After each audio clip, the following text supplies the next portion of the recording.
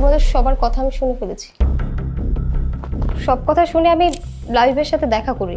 আমি তাকে বলি যে সব কিছু আমার মায়ের সাজানো নাটক। আর ভাইয়া সেদিন আমার সামনেই তোমাকে কল দিয়েছিল। আপু তুমি এত ভালো কেন? তুমি আমার জন্য সবসময় এত ত্যাগ করতে চাও কেন?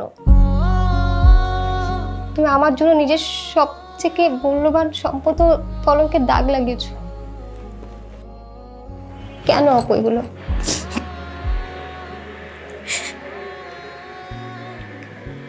কারণ আমি তোকে কখনো সৎ বোন মনে করিনি। আমি সবসময় তোকে নিজের আপন বোন মনে করছি। তুমি পৃথিবীর সবচেয়ে থেকে ভালো আপু। তুমি আমার লক্ষ্মী আপু। ভাইসা ভাবিজান, লাবিব আমারে সবকিছু কইছিল, এরকম কিছু হইতে পারে এই জন্য ওর মা বাবারে আমি আনি নাই। ওরা যদি এই সমস্ত দেখতো তাহলে কি না কি মনে করতো, একটু মনে কষ্ট পাইতো, এই জন্য আনি নাই। না না ঠিক আছে, আসলে এটা তো বড়ই একটা লজ্জার ব্যাপার।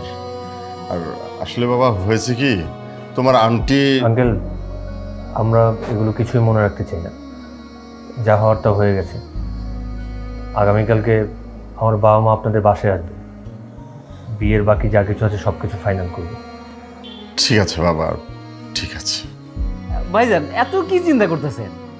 আপনার ছোট মায়ের বিয়া, আমি আছি না। না মানে কইতেছিলাম কি, আমি তো এর আগে 1703টা বিয়া কমপ্লিট করছি, আর আপনার ছোট মায়ের বিয়া এই পাত্র রেডি আছে। দেখেন পছন্দ হয় কিনা। আপনার মায়ের পছন্দ করে।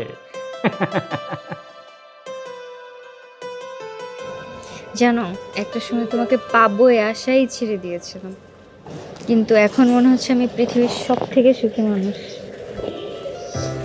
এই কথা তখন মনে ছিল না, যখন নিজের বোনের সুখের জন্য নিজের ভালোবাসার মানুষকে স্যাক্রিফাইস করছিল।